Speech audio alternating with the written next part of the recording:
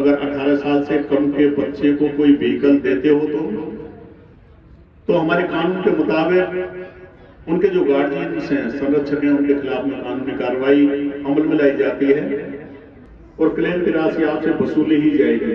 अगर इंश्योरेंस है वाहन का तो इंश्योरेंस कंपनी है वो उसका मुआवजा या भरपाई उसकी कर देगी।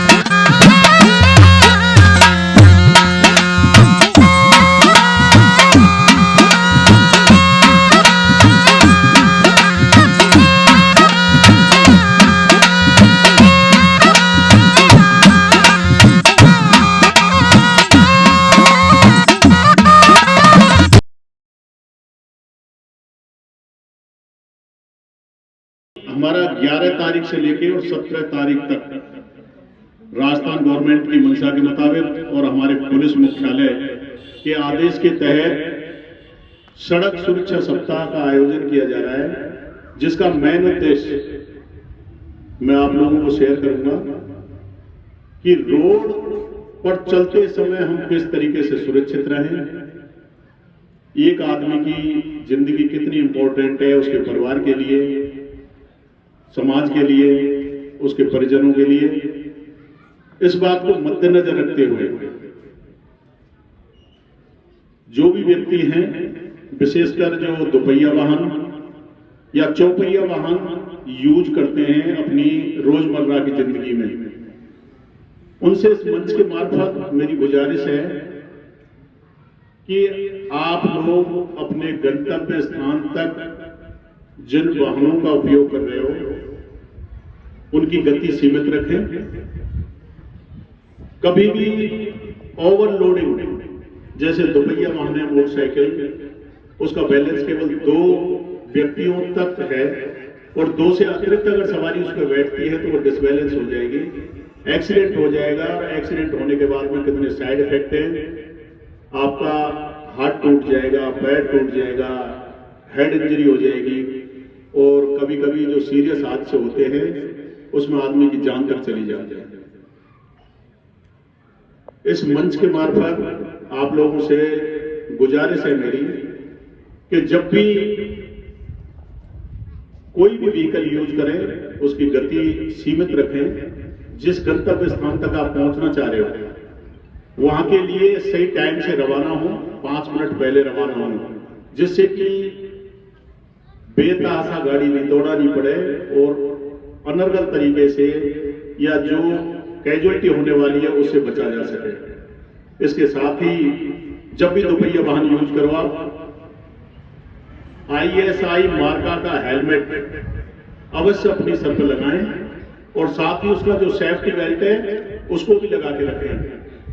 कई बार क्या है, हम हेलमेट तो लगा लेते हैं लेकिन सेफ्टी बेल्ट जो लगी रहती है उसको नहीं लगाते हैं, तो जैसे ही दुर्घटना होती है हेलमेट सर से दूर हो जाता है और हेड इंजरी हो जाती है। इंडिया में रोड जो कैजुअलिटी है उसका बहुत ज्यादा है और पूरे भारत देश में जो राजस्थान का स्थान है रोड कैजुअलिटियों में मरने वाला 7वां स्थान है। एक व्यक्ति अपने परिवार के लिए कितना मोस्ट इंपॉर्टेंट है, वो उसके बुढ़ापे का सहारा है, परिवार का पालन पोषण करता है, उसको भी अपने दिमाग का इस्तेमाल करते हुए बिल्कुल जो यातायात के नियम बनाए हैं, रोड सेफ्टी के जो रूल्स हैं उनको फॉलो करना है और उनके मुताबिक ही अपने वाहन का संचालन करना है। इसके साथ ही मैं इस मंच के मार्फत आपको और आगाह करूंगा कि आज के परिवेश में या इस बदलते हुए परिवेश में नशा करके वाहन चलाना, ड्रिंकिंग ड्राइविंग, नशा करके वाहन चलाने वाले के खिलाफ में हमारे एमडीएक्ट में धारा 185 की कार्रवाई होती है, जिसमें चलाने वाले को भी गिरफ्तार किया जाता है और उसके वाहन को सीज किया जाता है, जो न्यायालय के द्वारा ही वापस मिलता है। तो इस तरीके से कोई भी नशा करके वाहन नहीं चलाए, ओवर स्पीड में वाहन नहीं चलाए, दोपहिया वाहन पर जब भी सफर करें हेलमेट लगा के बैठे और पीछे बैठने वाली सवारी भी हेलमेट का यूज करें। वाहन चलाने के लिए जो गवर्नमेंट के नियम हैं या जो औपचारिकताएं कंपलसरी हमें पूरी करनी है, उसमें ड्राइविंग लाइसेंस के बिना अगर हम वाहन चलाते हैं, कोई दुर्घटना होती है, दुर्घटना होने के बाद में अगर आपके पास में वैध लाइसेंस नहीं है तो आपके खिलाफ में कानूनी जो प्रसंज्ञान है उसके तहत आपकी सजा भी हो सकती है, आपको जुर्माना भी देना पड़ेगा। और जुर्माने की राशि जो संशोधित एमडीएक्ट के नियम है उनमें राशि बढ़ा के बताई गई है। तो जो पंपलेट है किस एमडीएक्ट के उल्लंघन पर कितना जुर्माना है, उसकी मैं प्रति है मेरे पास में, वो उपलब्ध करा दूंगा। इसके साथ ही और अपना जो थाना क्षेत्र है वो ग्रामीण प्रवेश का है।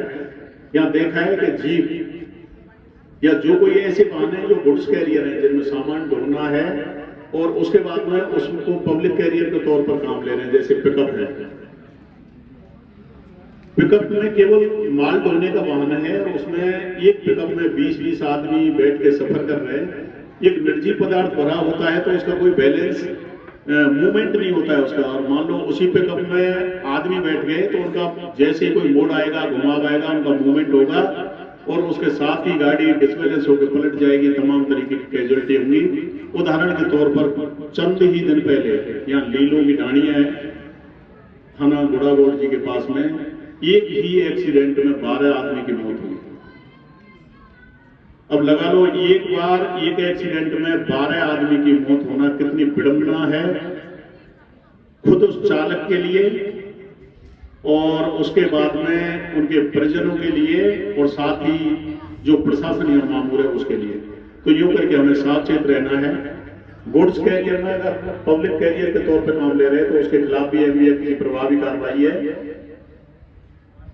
जो 66/192 एमडीएक्ट का जुर्म है, जिसका जुर्माना पुलिस के द्वारा नहीं किया जाता है, गाड़ी बंद होती है और उसके बाद में कोर्ट से ही वो रिलीज होती है।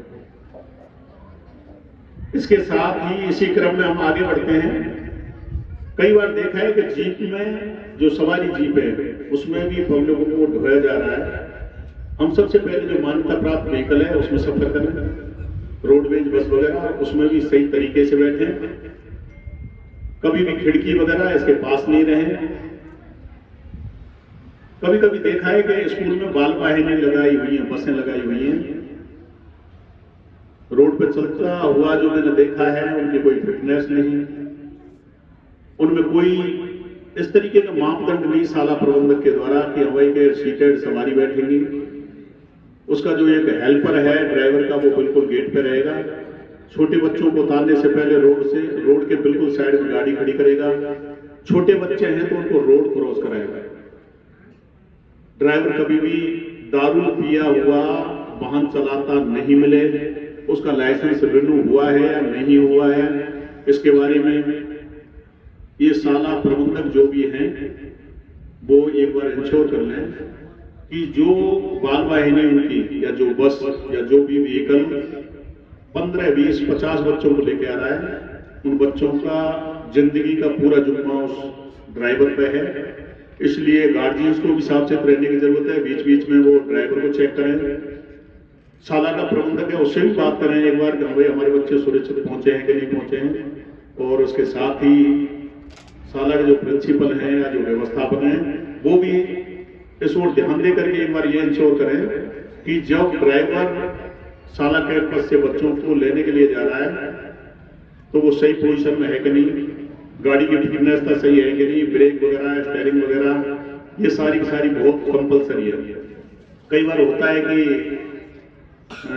तमाम बाल बहनी उनका एक्सीडेंट हुआ है जिसमें 15-20 बच्चे मजरूर हो गए।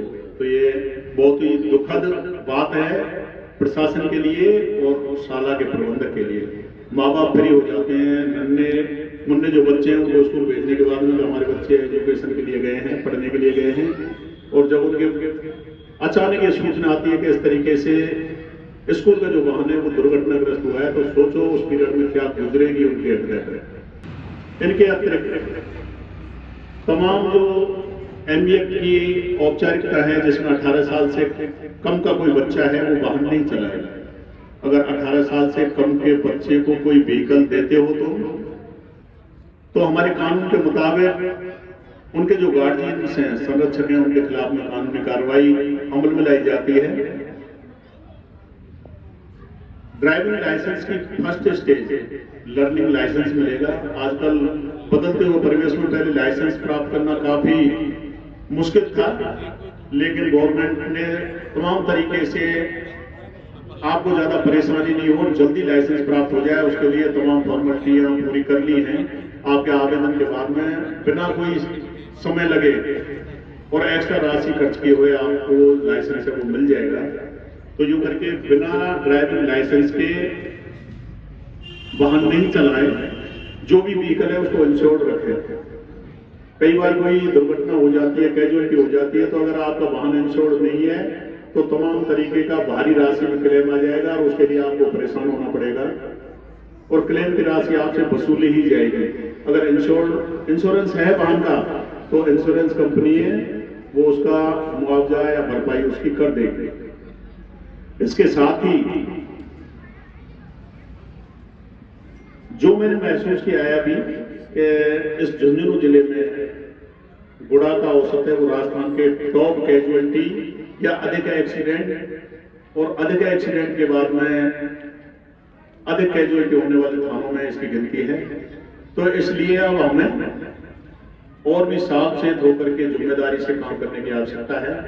हमारे PHQ की तरफ से हमारे ADG की ट्रैफिक साहब है BK सिंह जी, हमारे स्थानीय जिले के पुलिस अधीक्षक श्रीमान मृदुल कछावा जी, उन्होंने भी फर्स्ट प्रायोरिटी पे लेकर के ये जो रोड सेफ्टी है इसके लिए हमें आगाह किया है। इसी क्रम में हमने पहले भी ये रोड सेफ्टी शुरू होने से पहले भी कई विद्यालयों में जाकर के बच्चों को सावचेत किया है।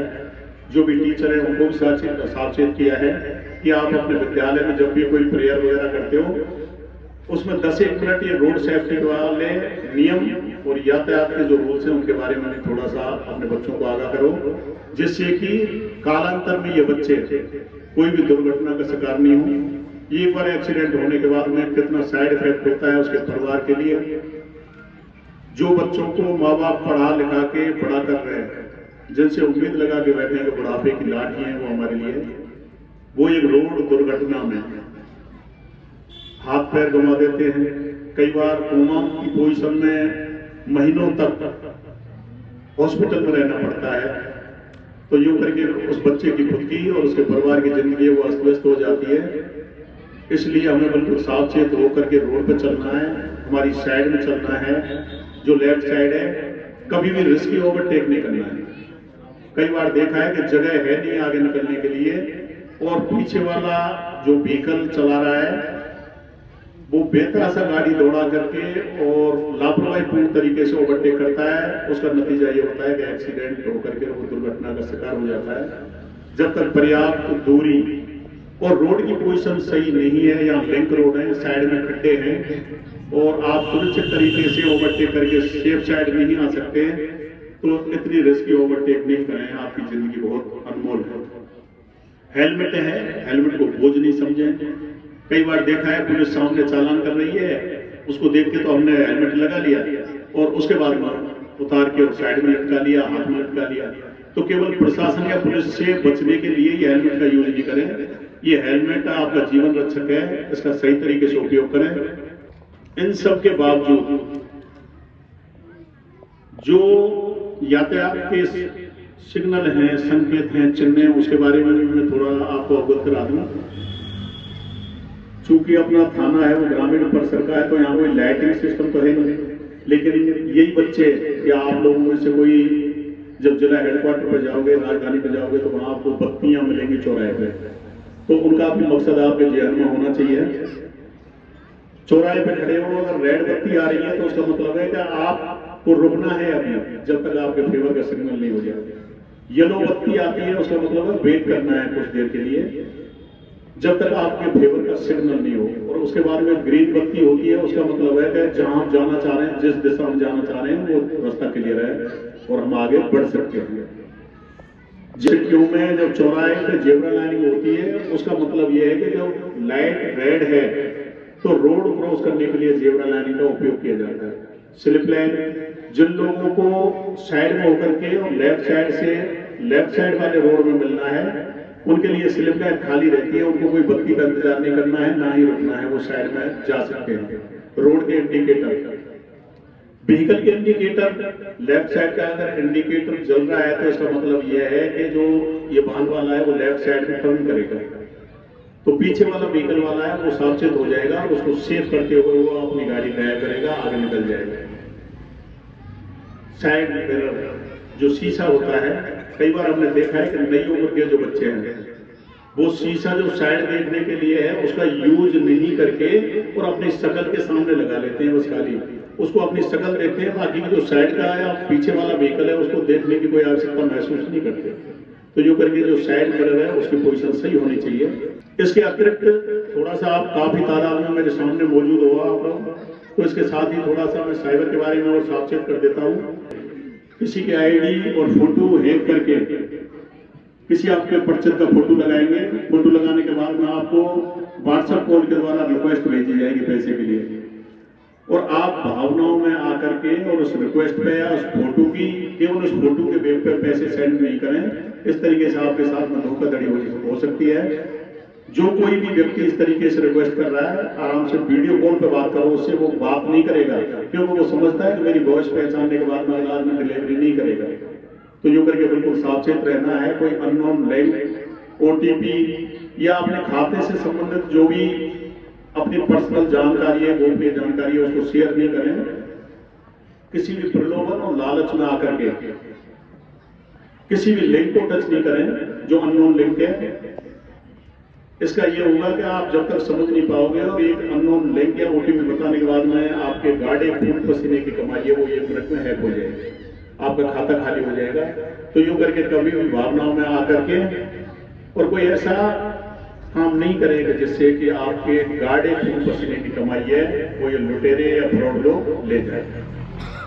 इनके साथ ही एक अच्छी सी परवरिश का मैसेज इस मंच के मार्फत में देना चाहूंगा। जो भी गार्जियंस हैं अपने बच्चों की प्रॉपर मॉनिटरिंग करें।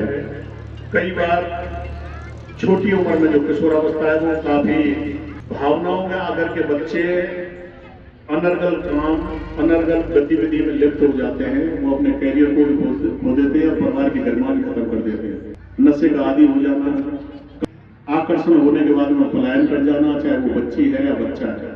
यूं करके जो संरक्षक हैं, गार्जियंस है, उनको ये बहुत ही अच्छे ढंग से अपने बच्चों की प्रॉपर मॉनिटरिंग करनी है।